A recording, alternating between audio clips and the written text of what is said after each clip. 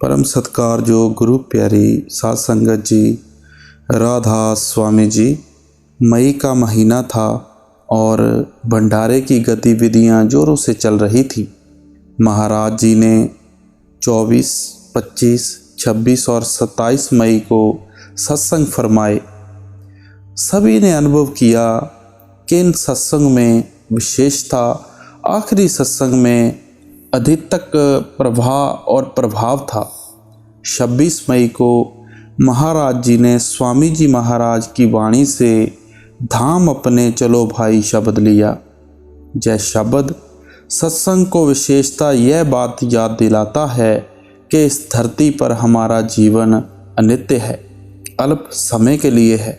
सो आइए आज का ये बड़ा ही रूहानियत से भरा सत्संग हजूर महाराज जी के मुख से फरमाया हुआ धाम अपने चलो भाई सत्संग श्रवण करते हैं। उपदेश गुरु और शब्द अथवा नाम भक्ति का। धाम अपने चलो भाई पराए देश क्यों रहना। आपने फरमाया, कल मैंने गुरु नानक देव जी के घर की वाणी ली थी, आज मैं श्री हजूर स्वामी जी महाराज की वाणी ले रहा हूँ। अलग अलग महात्माओं की वाणी लेने से मेरा केवल इतना ही भाव है कि हर एक महात्मा का एक ही संदेश है, एक ही उपदेश है। सब महात्मा हमें परमात्मा की भक्ति करने का एक ही तरीका और साधन समझाते हैं। स्वामी जी महाराज उपदेश करते हैं कि हम सब दुनिया के जीव सुख और शांति प्राप्त करना चाहते हैं। सुख और शांति की प्राप्ति के लिए आम तौर पर हमारा ख्याल किस ओर जाता है? रचना की शक्लों, रचना के पदार्थों की ओर जाता है। आप फरमाते हैं कि इनमें से ना आज तक कभी किसी को हमेशा के लिए सुख और शांति प्राप्त हुई है, ना हो सकती है, क्योंकि जिन शक्लों और पदार्थों में हम सुख ढूंढने की कोशिश करते हैं, इन सभी को नष्ट हो जाना है, फना हो जाना है। ये सब आर्जी और अस्थाई हैं, इसलिए इनकी खुशी और शांति भी केवल आर्जी ही हो सकती है। जो भी थोड़े बहुत सुख नज़र आते हैं, कुछ समय के बाद दुखों में तब्दील होने शुरू हो जाते हैं। ये जो भी परमात्मा ने हमें दातें दी हुई हैं, जिन्हें हम सुख का कारण समझी बैठे हैं, साथ ही मन में भय और डर बैठ जाता है कि यह कहीं हमारे हाथ से निकल ना जाएं, कहीं परमात्मा हमसे ये खुशियाँ वापस ना ले ले। जिस चीज़ के जाने का 24 घंटे हमारे मन में भय बना हुआ है, डर बना हुआ है, वह खुशी धीरे धीरे दुखों में तब्दील हो जाती है।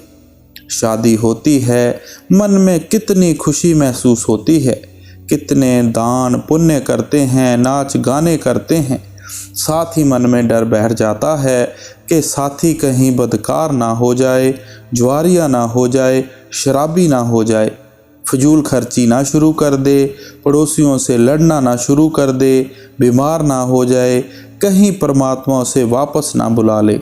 ये जो मन में डर बैठ जाता है, यह हमारे जीवन को नरक बना देता है।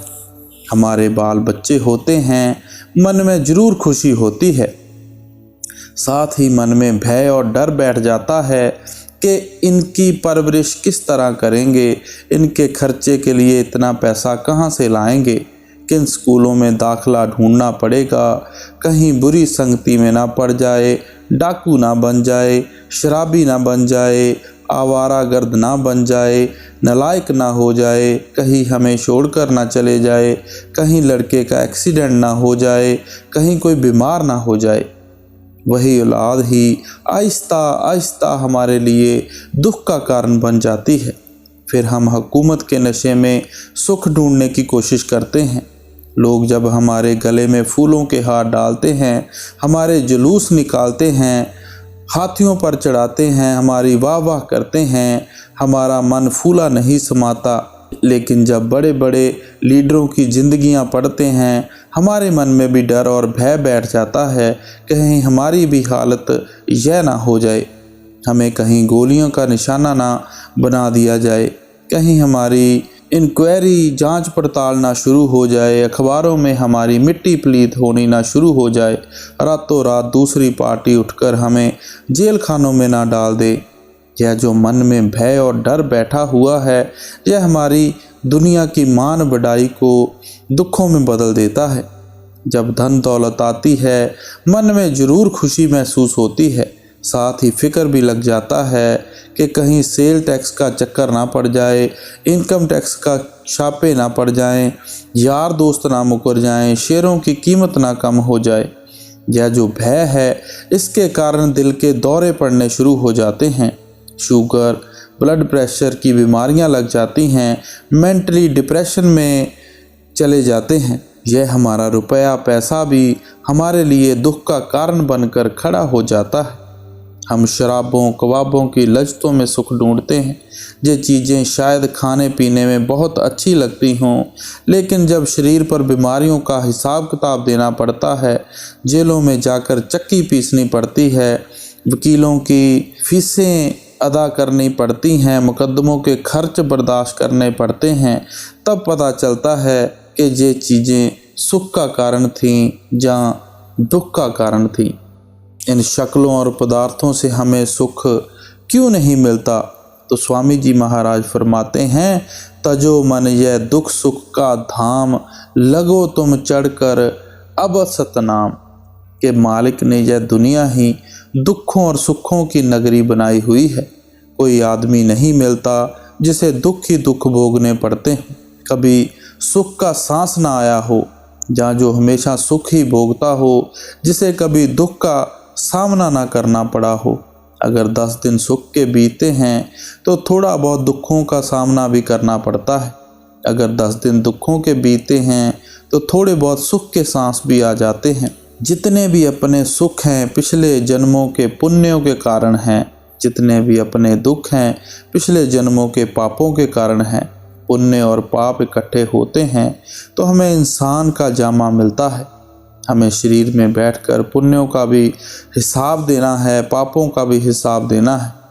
पुण्यों के कारण सुखी हो रहे हैं, पापों के कारण दुखी हो रहे हैं। किसी के ज़्यादा पुण्य हैं, थोड़े पाप हैं, वह ज़्यादा सुखी नज़र आता है, थोड़ा दुखी नज़र आता है। किसी के पापों का बोझ बहुत ज़्यादा है, पुण्यों का बोझ कम है, वह ज़्यादा दुखी नज़र आता है, थोड़ा सुखी है। लेकिन सुख दुख तो हर एक को भोगना ही पड़ता है। ना ही कोई संत महात्मा इस दुनिया को सुख की नगरी बनाने के लिए आते हैं। अगर संतों महात्माओं का दुनिया में आने का यही मकसद हो कि ये दुनिया सुख की नगरी बन जाए, तो आप सोचें आज तक तो ज़रूर बन जानी चाहिए थी। इतिहास पढ़कर पता लगता है कि हर एक कौम में, मजहब में, मुल्क में, वक्त में किस किस चोटी के महात्मा आए हैं। महात्मा बुद्ध आए हैं, हजरत ईसा आए हैं, मोहम्मद साहब आए हैं, कबीर साहब आए हैं, इतने ऋषि मुनि आए हैं, गुरु नानक साहब और कितने बड़े बड़े महात्मा आए हैं। अगर उनके आने के बाद आज तक यह दुनिया सुखों की नगरी नहीं बन सकी, तो अब क्या उम्मीद कर सकते हैं दुनिया को सुखों की नगरी बना सकेंगे? दुनिया के कांटे हम कितने भी इकट्ठे करने की कोशिश करें, कभी कामयाब नहीं हो सकते। अगर हिम्मत करके पैरों में बूट पहन लोगे तो दुनिया के कांटे हमारे पैरों तक कभी असर नहीं कर पाएंगे। यह सुख दुख की समस्याएं, दुनिया के मसले ना कभी किसी से हल हुए हैं, ना हो सकते हैं। लेकिन महात्मा जिंदगी गुजारने का, मालिक की भक्ति करने का एक ऐसा तरीका और साधन समझाते हैं जिस पर चलकर हम अपने ख्याल को दुखों और सुखों से भी ऊंचा ले जाते हैं। इसलिए स्वामी जी महाराज कहते हैं, लगो तुम चढ़कर अब सतनाम, कि अगर तुम सुख हासिल करना चाहते हो तो सतनाम की खोज करो, परमात्मा की खोज करो। जब तक आत्मा परमात्मा की खोज करके परमात्मा से मिलाप नहीं करती, इसका सुख हासिल करने का कभी भी सवाल भी पैदा नहीं होता। गुरु साहब कहते हैं, जिनी कर जाता अपना से सुखिए भाई, कि जो शख्स अपने घर पहुंच जाते हैं उन्हें ही सच्चा सुख प्राप्त होता है। अब सवाल पैदा हुआ कि अपना घर कौन सा है। जहाँ परमात्मा और परमेश्वर रहता है, दुनिया में भी थोड़े बहुत सुख जरूर मिलते रहते हैं, बशर्ते कि हमारी लिव उस मालिक की भक्ति में, मालिक के प्यार में हो। गुरु नानक साहब ने कहा था, नानक दुखिया सब संसार, के दुनिया के सब जीव अपनी अपनी जगह दुखों और मुसीबतों से भरे बैठे हैं। असली सुख और शांति उन्हीं गुरमुखों को है जिन्होंने मालिक की भक्ति, मालिक के प्यार का आसरा ले रखा है। बाबा फरीद जी कहते हैं, फरीदा मैं जानिया दुख मुझको, दुख सबाए जग, ऊंचे चढ़ के देखिया ता कर कर एहा अग। आप समझा रहे हैं कि मैं तो समझता था कि मुझे ही दुख हैं, लेकिन जब ऊपर की मंजिलों पर जाकर देखा तो पता लगा कि सारी दुनिया इच्छाओं और तृष्णाओं की आग में जल रही है। सजोबाई कहती है, धनवंते सब ही दुखी, निर्धन हैं दुख रूप। जिनके पास बहुत ज़्यादा धन दौलत है, बहुत ज़्यादा जायदाद है, वे तो सभी बेचारे दुखी हैं। शायद टीकों के आसरे ही सोते हैं, गोलियों के आसरे ही सोते हैं। जिनके पास खाने पीने को ही कुछ नहीं, पेट भरकर भी रात को सो नहीं सकते, उन गरीबों को तो दुखी होना ही है। गुरु अमरदास जी कहते हैं, बड़े बड़े जो दिसे लोग, तिनको व्यापे चिंता रोग। कि जो बहुत बड़े बड़े राजा, महाराजा, सेठ, साहूकार तुम्हें नजर आते हैं, उनको मानसिक रोग लगा हुआ है। स्वामी जी महाराज के कहने का मतलब है कि मालिक से बिछड़कर कोई सुखी हो ही नहीं सकता। इसलिए यहाँ आप हमें उपदेश करते हैं, धाम अपने चलो भाई, पराए देश क्यों रहना। कि अगर तुम सुख हासिल करना चाहते हो, शांति प्राप्त करना चाहते हो, तो तुम्हें अपने असली घर वापस जाना चाहिए। ये देश तुम्हारा देश नहीं है, ये कौम तुम्हारी कौम नहीं है, ये मजहब तुम्हारा मजहब नहीं है। तुम्हारा देश सचखंड है, तुम्हारी कौम सतनाम है, तुम्हारा मजहब मालिक का इश्क, मालिक का प्यार है। तुम तो परदेसियों की तरह इस दुनिया में आकर भटकते और तड़पते फिरते हो। अगर कोई आदमी परदेश चला जाता है जहाँ उसका अपना कोई भी ना हो, तो आप सोचें वह शांति किस तरह प्राप्त कर सकता है। यह सारी रचना हमारे लिए परदेश है। हमारा असली देश कौन सा है? जहाँ हमारा असल रहता है, जहाँ परमात्मा रहता है। हम इस रचना को, परदेश को अपना घर समझी बैठे हैं, और जो पराए उन्हें अपना समझी बैठे हैं। इसलिए हम इनमें से सुख किस तरह हासिल कर सकते हैं, शांति किस तरह प्राप्त कर सकते हैं, इनके साथ लेन देन का संबंध है, गर्जों का प्यार है। स्वामी जी महाराज कहते हैं, कर्म जो करेगा तू, वही फिर भोगना भरना। जहाँ अच्छे कर्म करोगे, अच्छा नतीजा भुगतने के लिए आ जाओगे। बुरे कर्म करोगे, बुरा नतीजा भुगतने के लिए आ जाओगे। ना अच्छे कर्मों के कारण देह के बंधनों से बच सकते हो, ना बुरे कर्मों के कारण जन्म मरण के दुखों से छुटकारा होता है। अच्छे कर्म करेंगे, राजा महाराजा, सेठ साहूकार बनकर आ जाएंगे। कौमों, मजहबों, मुल्कों की हुकूमत हासिल करके आ जाएंगे। ज़्यादा से ज़्यादा विकुंठों और स्वर्गों तक चले जाएंगे। वे भी भोग जुनिया हैं, थोड़े समय के लिए हैं, फिर वापस इसी 84 के जेल खाने में आना पड़ता है। अगर बुरे कर्म और पाप करते हैं, फिर तो नरक और 84 तैयार ही रहती है। क्या राजा, क्या प्रजा, क्या अमीर, क्या गरीब, क्या औरत, क्या आदमी, सब जीव जहां आकर अपने अपने कर्मों का हिसाब दे रहे हैं। और हमें पता ही है कि इन कर्मों के कारण जहां भी जाकर हम जन्म लेते हैं, उसी जामे में बैठकर दुख और मुसीबतें भुगतनी पड़ती हैं।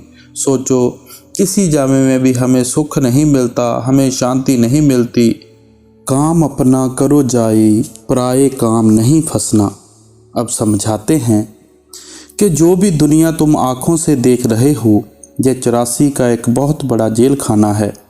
इसके अंदर से निकलने का परमात्मा ने केवल एक ही दरवाज़ा रखा है। वह कौन सा दरवाज़ा है? वह इंसान का जामा है। ये मौका इसलिए तुम्हें परमात्मा ने बख्शा है कि इसके अंदर बैठकर तुम मालिक की भक्ति करो, मालिक की खोज करो, मालिक से मिलाप करो, ताकि तुम्हारा देह के बंधनों से हमेशा के लिए छुटकारा हो जाए। स्वामी जी महाराज कहते हैं, मिली नरदह ये तुमको, बनाओ काज कुछ अपना, पचो मत आए इस जग में, जानियो रैन का सुपना, दे और ग्रे सब झूठा, परम में काहे को खपना।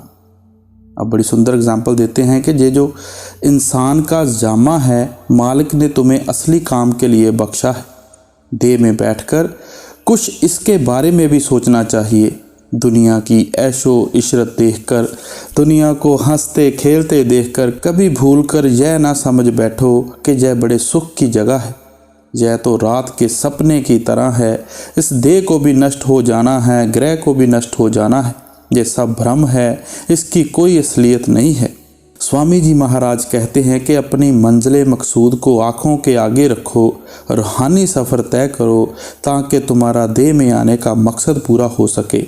आप समझाते हैं, काम अपना करो जाई, कि जिस मकसद के लिए मालिक ने तुम्हें भेजा है उस मकसद को अपनी आँखों के आगे रखो। वे काम करो जो तुम्हें देह के बंधनों से आज़ाद करते हैं। सारी उम्र उन कामों में ना फंसे रहो जो तुम्हें बार बार दुनिया के बंधनों की तरफ खींच कर लाते हैं। अब सवाल पैदा होता है कि कौन सा काम हमें मालिक से मिलाता है? तो आप फरमाते हैं, मालिक की भक्ति मिलाती है, मालिक का प्यार मिलाता है, बाकी तो लेन देन का हिसाब है, गर्जों का प्यार है।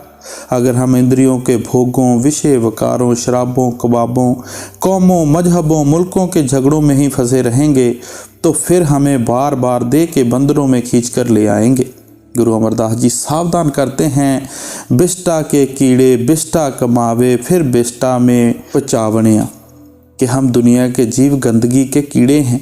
गंदगी में ही पैदा होते हैं, गंदगी में ही रहते हैं, गंदगी से ही प्यार करते हैं, गंदगी ही खाते हैं, गंदगी में ही मर जाते हैं और फिर गंदगी में ही पैदा हो जाते हैं।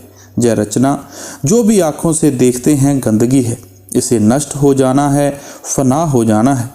हम इससे ही प्यार किए बैठे हैं। कभी यह जीव हमारे माता पिता बनकर आ जाते हैं, कभी हम इनके भाई बहन बनकर माता पिता बनकर आ जाते हैं। हम इस गंदगी से निकलते ही नहीं। जहाँ स्वामी जी महाराज कहते हैं कि तुम वह काम करो जिससे तुम्हारे कर्मों का सिलसिला ख़त्म हो जाए। सारी उम्र उन धंधों, उन कामों में ना फंसे रहो जो काम तुम्हें बार बार देह के बंधनों की तरफ खींच के ले आएँ। गुरु नानक देव जी की वाणी है, धंधे धावत जग बाध्या, ना बूझे विचार, जम्मन मरण विसारिया, मनमुख मुग्ध गवार। हम दुनिया के जीव कितने मनमुख हैं, मुग्ध हैं, गवार हैं कि जिस मकसद के लिए मालिक ने भेजा है कभी भूले भटके भी उसकी तरफ ख्याल नहीं जाता। पेट के धंधों के लिए दौड़ते फिरते हैं, दुनिया की शक्लों और पदार्थों के लिए भटकते और तड़पते फिरते हैं। अपना घर लूटा जा रहा है, दूसरे के घरों की चौकीदारी करते हैं। अपना बोझ उठाया नहीं जाता, पराये गधे बने बैठे हैं। अपने आप को भी धोखा देते हैं, दुनिया को भी धोखा देते हैं। आप सावधान करते हैं कि कहीं तुम्हारे मन में यह ख्याल ना हो कि तुम्हें मौत के बाद फिर इंसान का जामा मिल जाएगा। फिर पता नहीं मिले मिले ना मिले ना मिले, या किसी ऐसी जगह जाकर जन्म हो जाए जहां भूले भटके भी तुम्हारा ख्याल मालिक की भक्ति की तरफ ना जाए। इसलिए हर एक को इस मौके से फ़ायदा उठाना चाहिए। स्वामी जी महाराज कहते हैं, इस घर से उस घर जाओ, कि जब मालिक ने तुम्हें देह में बैठने का मौका दिया है तुम उस घर यानी असली घर की खोज कर लेनी चाहिए। ये जो घर भाव देह है ये तो किराए का मकान है, पराया मकान है। 50-60 साल के लिए मिला है, 70-80 साल के लिए मिला है। जितने जितने श्वास मालिक ने बख्शे हैं, भुगतने के बाद हर एक को शरीर यहीं छोड़कर जाना पड़ेगा। अग्नि के सुपुर्द करके छोड़ जाएंगे, मिट्टी के अंदर दबाकर छोड़ जाएंगे। उस वक्त से पहले असली घर की खोज कर लेनी चाहिए, जहां जाकर हमें वापस इस घर में ना आना पड़े। इसलिए स्वामी जी महाराज कहते हैं कि सारी उम्र पराये धंधों में ना फंसे रहो, देह में बैठकर कुछ अपना भी बनाने की कोशिश करो। नाम गुर का संभाले चल, यही है दाम गठबंधना।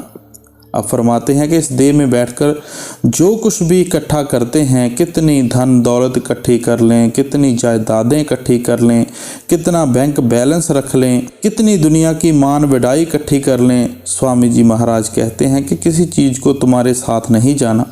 सब कुछ तुमको यहीं छोड़ जाना है। जो चीज़ तुम्हारे साथ जाती है वह केवल शब्द की कमाई है, नाम की कमाई है। गुरु नानक देव जी कहते हैं, बिन नामे को संग न साथी, मुक्ते नाम त्यावनिया। इस चीज़ को अच्छी तरह मन में बिठा लो कि नाम की कमाई के बगैर ना तो तुम कभी मुक्ति हासिल कर सकते हो, ना किसी चीज़ को इकट्ठा करके अपने साथ ले जा सकते हो। गुरु अर्जन देव जी कहते हैं, संत जनों मिल भाइयों, साचा नाम संभाल, तोसा बंधु जी क्या, इथे उथे नाल। के गुरमुखों के पास जाकर शब्द की कमाई करो, नाम की कमाई करो।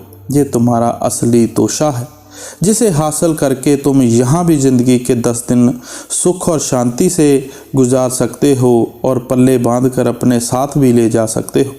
बाकी जो मर्जी इकट्ठा कर लो, यहाँ से लिया था यहीं छोड़ कर जाना है। अगर ये चीज़ें किसी के साथ जाती तो हमारे हिस्से में क्यों आती? लोगों ने पहले ही बुक करके भेज दी थी। महात्मा कहते हैं कि जिस चीज़ को हमारा साथ देना है वह तो सिर्फ नाम की कमाई है। कल गुरु नानक साहब के शब्द में आया था, इत्थे अगे हर नाम सखाई, कि वह नाम की कमाई यहाँ भी हमारे साथ है, वहाँ भी हमारे साथ है। जहाँ भी इसे हासिल करके सुख और शांति हासिल करते हैं, वहाँ भी यह हमें मालिक की दरगाह में लेकर जाएगी। जो चीज़ हमारे साथ मालिक की दरगाह में जाएगी केवल शब्द और नाम की कमाई है। बाकी तो सब कुछ हमें यहीं छोड़कर चले जाना है। आप समझाते हैं कि गुरमुखों के पास जाकर हमें शब्द या नाम की कमाई करनी चाहिए। गुरु नानक साहब की वाणी है, शब्द मरे सो मर रहे, फिर मरे ना दूजी बार। कि अगर तुम उठते बैठते चलते फिरते शब्द के साथ ख्याल जोड़ लोगे तो तुम हमेशा के लिए मर जाओगे। तुम्हें बार बार जन्म मरण की ज़रूरत नहीं पड़ेगी। गुरु अमरदास जी कहते हैं, शब्द मरे सोई जन पूरा, सतगुर आँख सुनाए सूरा।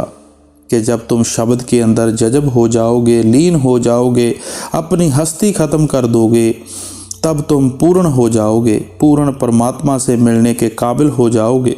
हमारे सतगुरु ने हमें मालिक की भक्ति करने का यही तरीका समझाया है। महात्मा प्यार से समझाते हैं कि जो कुछ मिलेगा उस शब्द की कमाई से मिलेगा, नाम की कमाई से मिलेगा। गुरमुख तो तरीका बताते हैं, साधन समझाते हैं, घोल कर हमारे अंदर कुछ नहीं डालते। सब कुछ मालिक ने हमारे अंदर हमारे लिए ही रखा हुआ है। जगत का रंग सब मैला, धुला ले मान ये कहना। प्यार से समझाते हैं कि दुनिया के बेटे बेटियों के प्यार के शराबों कबाबों की लज्जतों के रंग कच्चे हैं।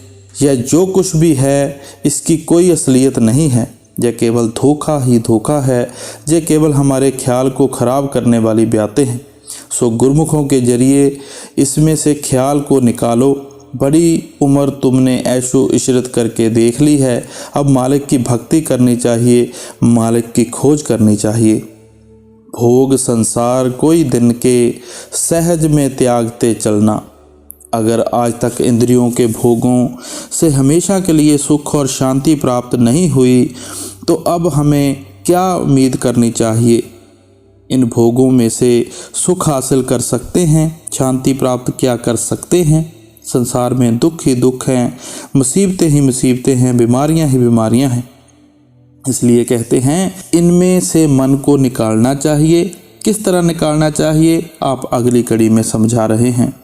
शरण सतगुर गहो दृढ़ कर, करो यह काज पिल रहना। अगर तुम बेटे बेटियों में से, कौमों मजहबों मुल्कों के झगड़ों में से, शराबों कबाबों की लज्जतों में से ख्याल को निकालना चाहते हो तो तुम्हें क्या करना चाहिए? सतगुरु की शरण हासिल करनी चाहिए, उसकी संगत उसकी सोबत करनी चाहिए। हमारा मन संगत और सोबत का बड़ी जल्दी असर लेता है। आप देख लें, शराबियों के पास बैठें, शराब पीने की आदत पड़ जाती है, जुआरियों के पास बैठे जुआ खेलने की आदत पड़ जाती है। इस तरह मालिक के भक्तों और प्यारों के प्यास जाते हैं। उन्हें देखकर हमारे अंदर अपने आप मालिक से मिलने का शौक़ और प्यार पैदा हो जाता है। गुरु रामदास जी कहते हैं, तंत सूत किश निकसे नाही, साकत संग न कीजे, कि उलझे हुए सूत से कभी कपड़ा नहीं बुना जा सकता। इसी तरह मनमुखों की संगत और सोबत में रहकर कभी भी तुम मालिक की भक्ति नहीं कर सकते। किनकी संगत करनी चाहिए? गोविंद जियो सत्संगत मेल हर ध्याये। अरदास में भी एक लाइन आती है, सही प्यारे मेल जिना मिलिया तेरा नाम चितावे। यह परमात्मा साधुओं, संतों, महात्माओं की संगत दे, सोबत दे, संगत दे, ताकि तेरी भक्ति का पता चल सके, तेरे साथ प्यार कर सकें। गुरुमुखों के सत्संग में जाकर जन्मों जन्मों के सोए हुए जागते हैं। समझ आती है कि आत्मा और परमात्मा का रिश्ता क्या है, आत्मा और परमात्मा के बीच रुकावट किस चीज़ की है और इस रुकावट को किस तरह हमें अपने अंदर से दूर करना है। हर चीज़ की जो समझ है गुरुमुखों की संगत, गुरुमुखों की सोबत में जाके आती है। लेकिन महात्मा सत्संग उसे नहीं कहते जहाँ एक कौम दूसरी कौम को गालियाँ देती है, एक मजहब दूसरे मजहब को गिराने की बात करता है, जहाँ राजा महाराजाओं की कथा कहानियाँ सुनाई जाती हैं।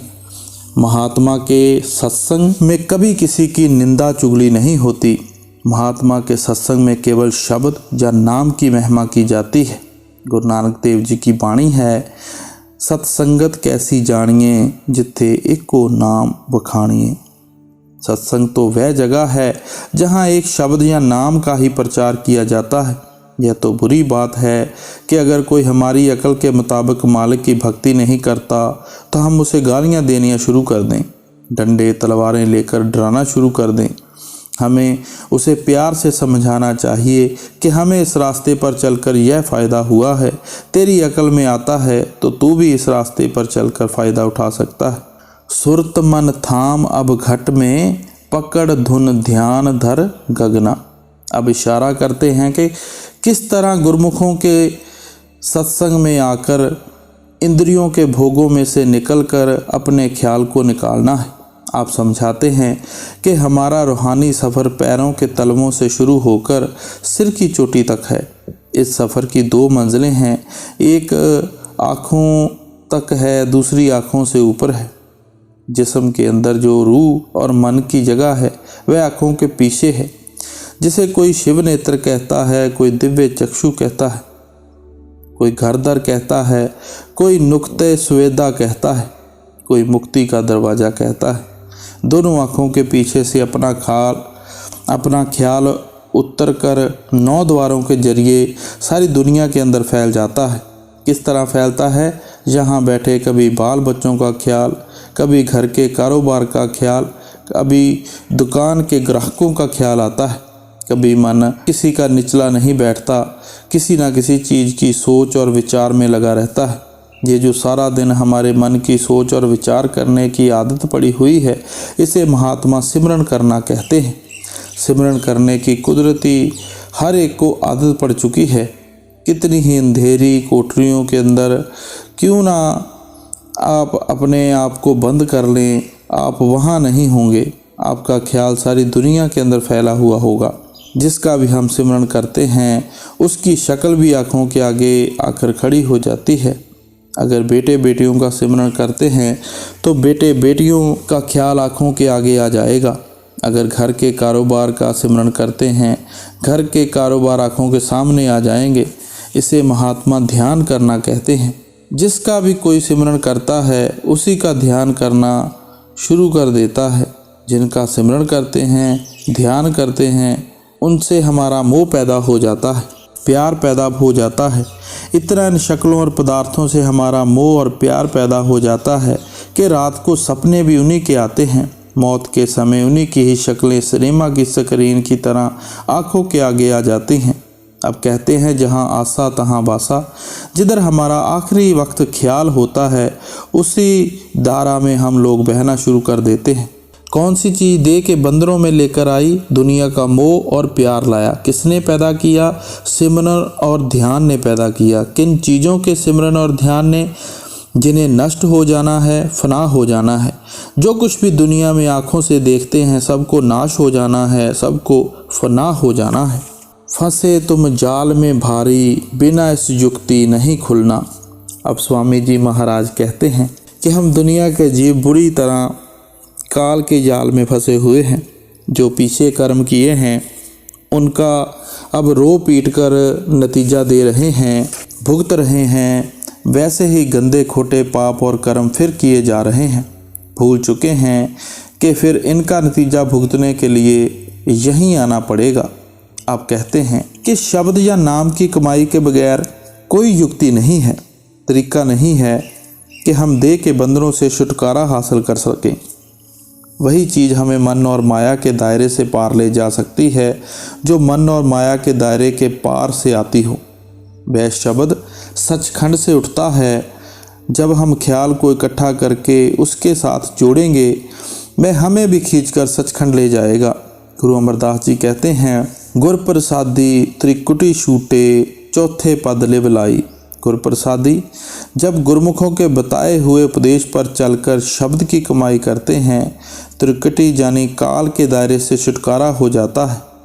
चौथा पद, हम सचखंड वापस पहुंच जाते हैं। सो जो चीज़ हमें काल के दायरे से निकालकर वापस मालिक से मिलाती है वह केवल शब्द की कमाई है, नाम की कमाई है। गुरु अमरदास जी कहते हैं, बिन नामे होर पूज न होवी, भर में भूली लुकाई। कि नाम की कमाई के बगैर मालिक की कोई भक्ति और पूजा नहीं है, कोई तरीका नहीं है, कोई साधन नहीं है जिससे हम मालिक से मिलाप कर सकें। इसलिए जहाँ स्वामी जी महाराज कहते हैं कि जो हम काल के जाल में फंसे हुए हैं, जहाँ से निकलने का केवल एक ही तरीका है, एक ही रास्ता है कि तुम उस शब्द के साथ ख्याल को जोड़ो, उस नाम के साथ ख्याल को जोड़ो। गुरु अब दया कर कहते, मान यह बात चित धरना।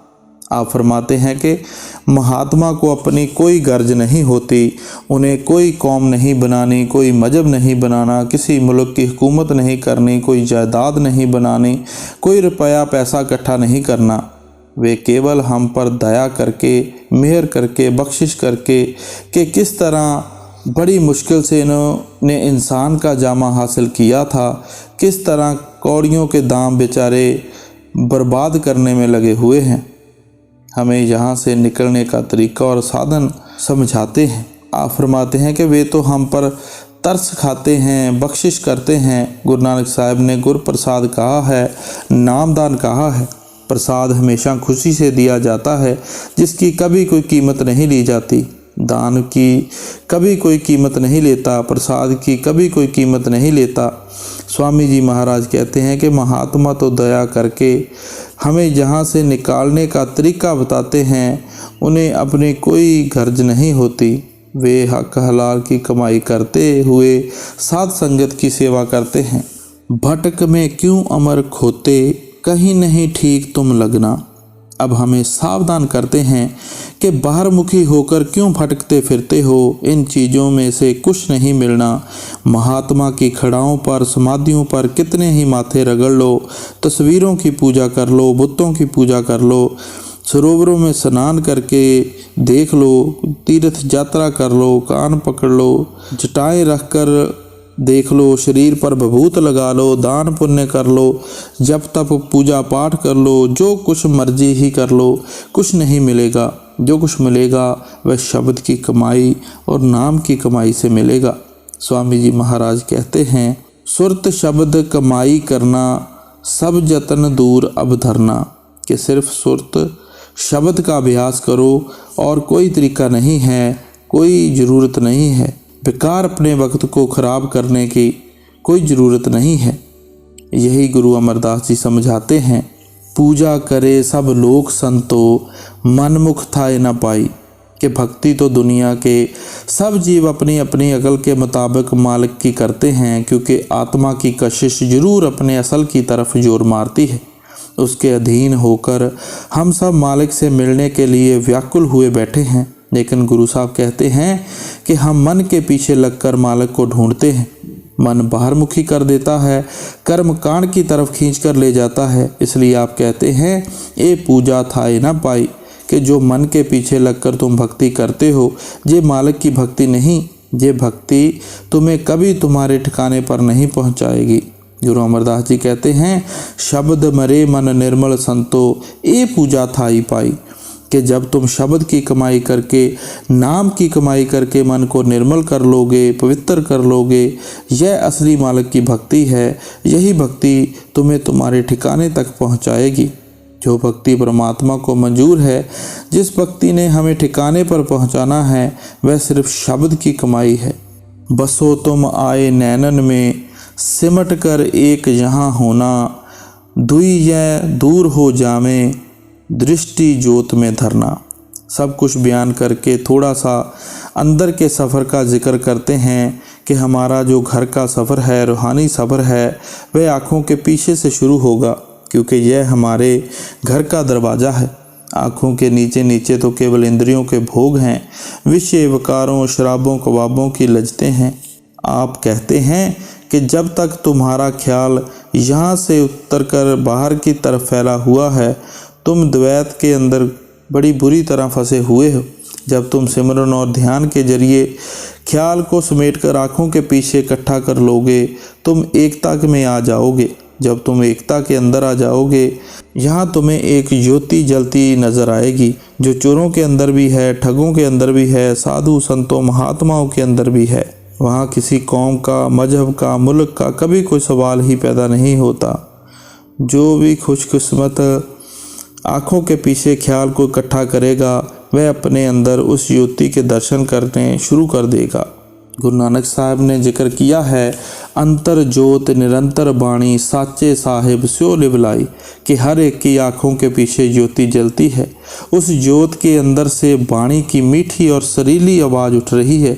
जो उस ज्योत के दर्शन करते हैं, उस वाणी की आवाज़ को सुनते हैं, उसका इस दुनिया से मोह और प्यार निकल जाता है, उसका परमात्मा से मोह और प्यार पैदा हो जाता है।